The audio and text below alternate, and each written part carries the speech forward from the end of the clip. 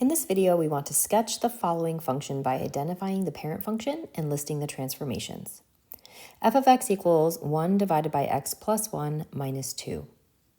So if you were to ignore the minus 2 and the plus 1, what would be remaining would be y equals 1 over x. So this is going to be our parent function. So our parent function is y equals 1 over x. Now, that is the reciprocal function, and I'm not going to sketch a graph of that on my grid because it can be confusing to see the parent function as well as the function created with the transformations because of all the asymptotes. But what I will do is sketch a little mini graph of it right here next to y equals 1 over x, just as a reminder for you. So important to remember that 1 over x is going to have a vertical asymptote, and that vertical asymptote begins as x equals 0. It has a horizontal asymptote, which begins as y equals 0. And then if you think about plugging in positive 1, we would get out positive 1. So I call that the anchor point. It's going to pass through the point 1, 1. So you're going to have a branch here in the first quadrant.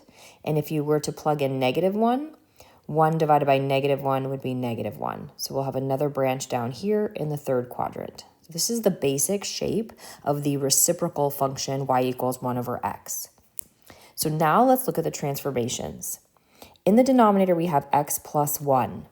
We're adding 1 to the x values, so that is going to be a horizontal shift. So we have one transformation, which is horizontally because we're changing the x values. And if we were to plug in negative 1 for x, negative 1 plus 1, that would give us 0. So this is a shift to the left 1 unit. And then we have this minus 2, which is outside of the parent function. So that is going to be a vertical shift. And that's a vertical shift down 2. So those are our transformations, left 1 and down 2.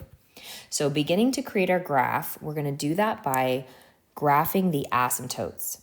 So again, we used to have a vertical asymptote of x equals 0, but this function has been shifted left 1. So that means that my vertical asymptote also has been shifted left 1. So this is my new vertical asymptote. I will label it VA, and the equation for that vertical asymptote will be x equals negative 1. So it used to be x equals 0 on the parent function, but a shift left 1 causes it to now be x equals negative 1. We'll do the same thing for the horizontal asymptote. It used to be y equals 0, but we have shifted down 2. So that horizontal asymptote also shifts down 2, which gives us a new horizontal asymptote. I will label that HA, and that's y equals negative 2. So those are our labeled new asymptotes. Then we look at where those anchor points used to be. So again, on the parent function, what I'm calling that anchor point is the point 1, 1. And if you take a look at the origin used to be here at 0, 0. That's where the two asymptotes intersect. And then from the origin, right 1 and up 1 gets us to the anchor point. So looking at our new graph, look at where these two asymptotes intersect. So I'm drawing that kind of in green here.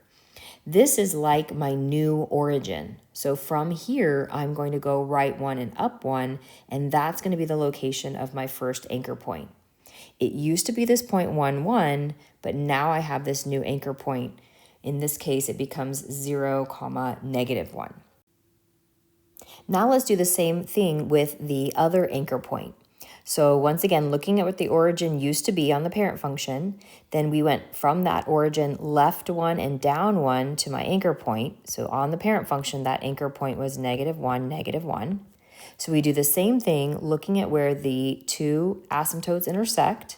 So pretending like this is my new origin and going left 1 and down 1 to get to my next anchor point. And then there is no need to plot any additional points. You're just going to use the basic shape of the parent function as a guide and use these asymptotes as guides as well.